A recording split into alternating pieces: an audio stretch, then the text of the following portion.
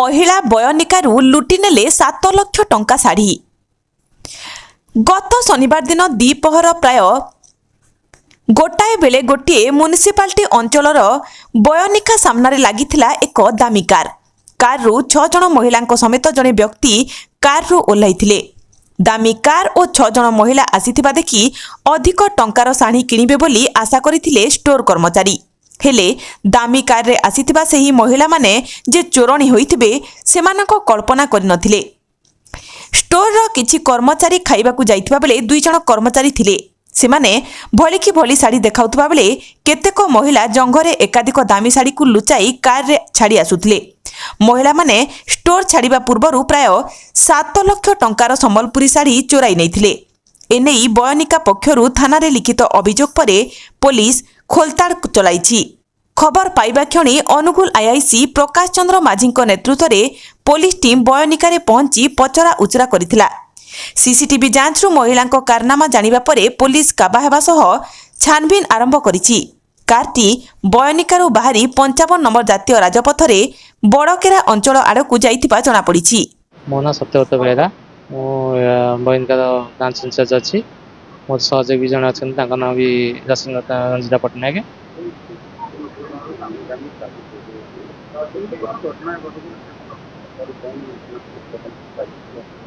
नहीं तो आम तो भावुँ तदंत ठीक चली कारण आईएससी अफिसर तुरंत से दिन आसते सब फुटेज नहीं जाइए और राति सारा तुम बुलिक से कौ पटे जाइए सेटा भी कहते कि पटे जापर अधिक आम तदंत चलचु। काली भी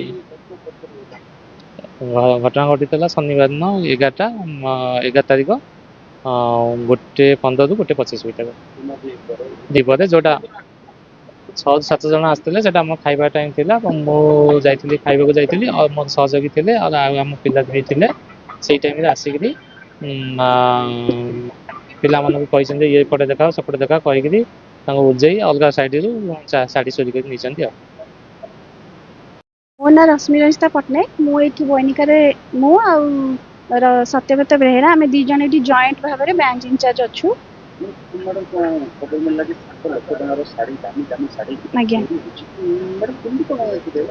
माने लंच टाइम बेलू आम जस्ट लंच टाइम रे जमती नॉर्मल रहा कथा रही कस्टमर भी अच्छा तो हठात किसी साउथ इंडियंस आसिले मुझे कैश काउंटर बसिक बिलिंग करुच्ची भाई रही खाइबा से टाइम रे जिते मैं कैश काउंटर बिलिंग करूँ तो से आसिक नॉर्मल देखिले सहित जी जेंट्स थे सी टे बेसी तरतर भाव माने ये करुले से टाइम जो लेडीज आसपटे जाकि आम पिला डिस्ट्राक्ट कर चाहिए जेहेतु से जदि गोटे चोरी उद्देश्य आसी चाहिए आम समस्त केमती एक्टिविटी व्यस्त रखू तो आमको सुविधा हम आम चोरी करके नहीं पार तो से काउंटर केवल से गोटे काउंटर से ही फोकस कर बोधे हे तो आगुरी से मार्क कर भी हे तो पब्लिक रू भी किए थी पारे जी कि कही एमती एति ट्रांजैक्शन दिन को होउची सेल एति होउची जेहेतु संबलपुर चाहिदा बढ़ीगला तो समस्ते जानते संबलपुरी टाँग कोटी कोटी भैल्यू माने ये है बोली